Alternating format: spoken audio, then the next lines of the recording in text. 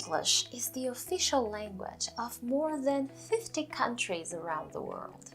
It's the language of the internet, social media, forums, video games, online games.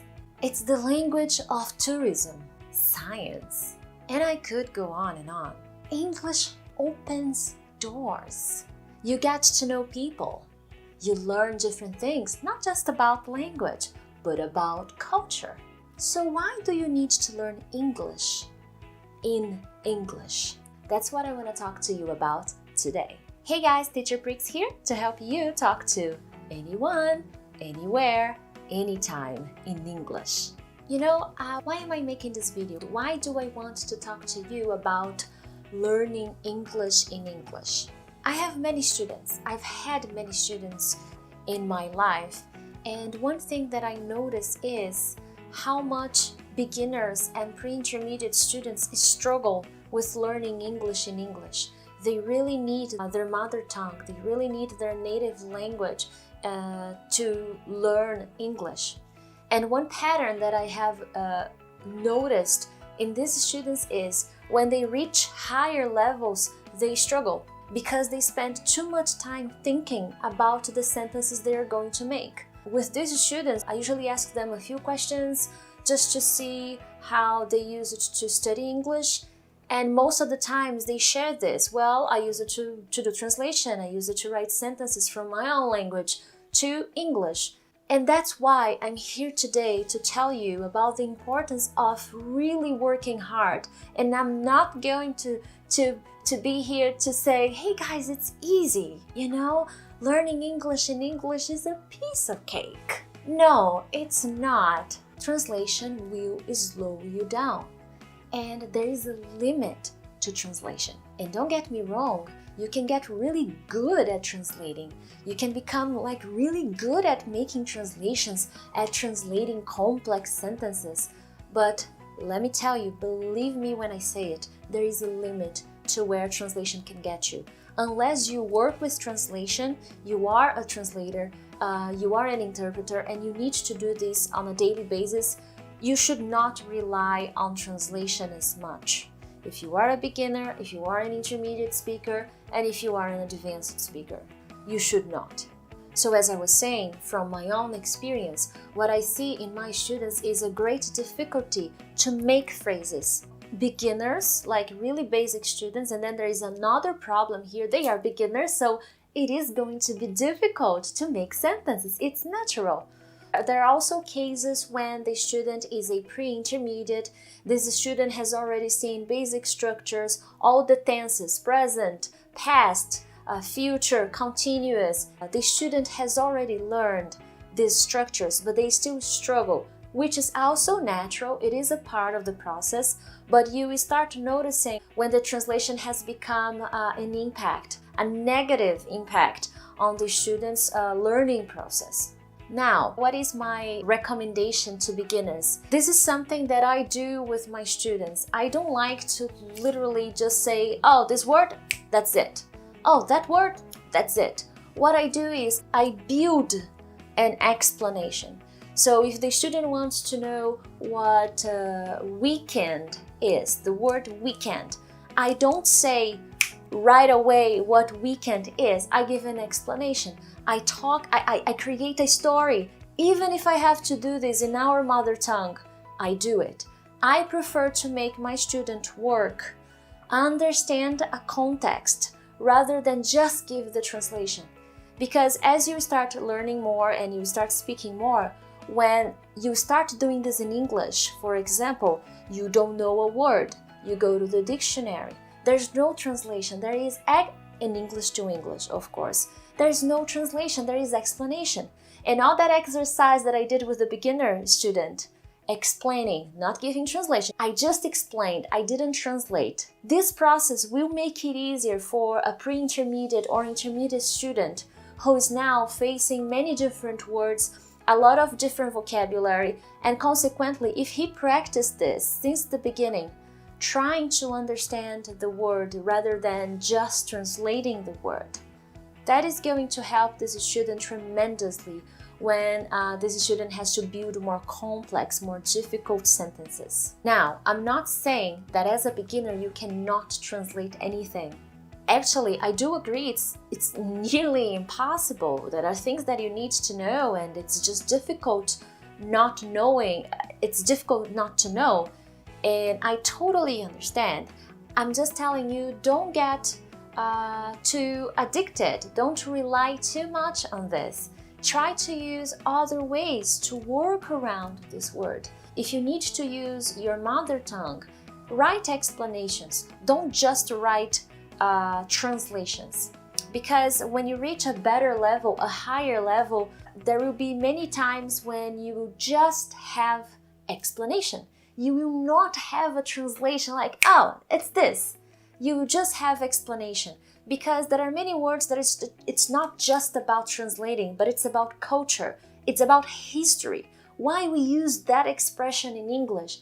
Sometimes we need to understand a little bit about the history. I was watching a TV show a few days ago, and a guy made a joke, and I didn't understand the joke. I was like, funny. What is that supposed to mean? I Googled it. And then I understood the joke. It was still not funny for me, but I understood the joke. So learning a language, it's about discovering hidden treasures. It's about discovering what other special things the language has to offer you. And it's not just words. And you can't translate words. Sometimes it's difficult to do that. It's difficult to translate history, to translate culture. If you just go to a dictionary and just find the translation. But an explanation sometimes makes more sense. And as you become a more advanced speaker, that's all you were going to get. Now, a lot of students, they also come to me and they tell me it's usually between these levels, pre-intermediate, intermediate speaker. They're listening to someone and they try to mentally translate everything the person is saying so that they can understand. This is also something you have to work on. The words, they should come naturally to your brain. And, oh, Prix, this is difficult. You are a teacher. It takes time and you can do it. If you practice, if you give it a real try, if you really work hard, you can do it. You can do this. So what is my advice in this case is, guys, you are not going to understand 100%. If you are an intermediate or pre-intermediate student, we have to accept it's going to be very hard to understand 100% of what the people say. So you have to focus your energy and your time on key words.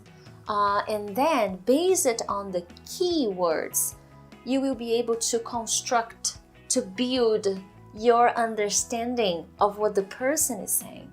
And this is a slow process. When you start, it's difficult because they speak too fast. So consequently, it's hard to understand. But imagine if you not only try to listen to the keyword, but translate the keyword and translate sentences as you listen. It's too much time. It's time that you don't have.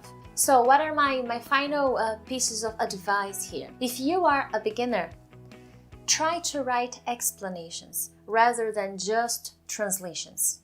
You can also use images, sounds, videos, music to help you understand that the word that you are trying to learn. You can write examples of the words you are trying to learn. As you are a beginner, it's probably individual words, not just sentences. Never translate sentences. It's not a good idea, I'm telling you. If you are a pre-intermediate and intermediate speaker, it's time to really work hard. If you already have this habit and you constantly stop yourself from speaking because you are thinking and you get stuck, this is because you are translating too much and now your brain is looking for the words and spends too much time looking for these words. So in this case, I advise you to follow the same idea of the beginner, try to write explanations, but now you have more structure. So you can write more and more explanations and definitions and examples. You can explore this path a little bit more. Finally, try to interact with the language, not just the words. Learn more about English, learn more about the countries that speak English. And it's not just America, it's not just the United States, it's England, it's Australia, it's Canada, it's Ireland. There's so many countries that speak English, so choose one that you are very into, that you're very interested in, and learn more about this culture. I am sure you are going to find many local expressions that only those people know. That's the beauty of a language, you know. I am from Brazil. I speak Brazilian Portuguese, and if I compare it to Portuguese from Portugal, it is so different. The pronunciation is different, the expressions are different. I can't just translate them. I have to understand the context in order to be able to use those expressions, okay? I hope this video can help you if you are a beginner, if you are an intermediate speaker. I'm not saying this tip is easy to follow, it's not. Our brain is a little lazy sometimes. It'll fight, it'll want the easier thing. It's our nature. We want something that is easier, that is more comfortable, but you have to fight it and persist. And these exercises are not easy to do, but they are totally possible. You can do this, okay? Work hard, lower the level of translation of how often you translate things, and it's already a great start. You don't need to stop all of a sudden, like, I'll stop right now, no more. No, you can stop slowly. It's a process. It'll take time for you to get used to it, okay? Do you have any questions for me? Do you want more pieces of advice? Do you want more recommendations on the subject? If so, let me know in the comments. I hope you liked this video. Don't forget to click like and subscribe, and maybe share it with your friends, why not? Thanks guys, and I'll see you next time.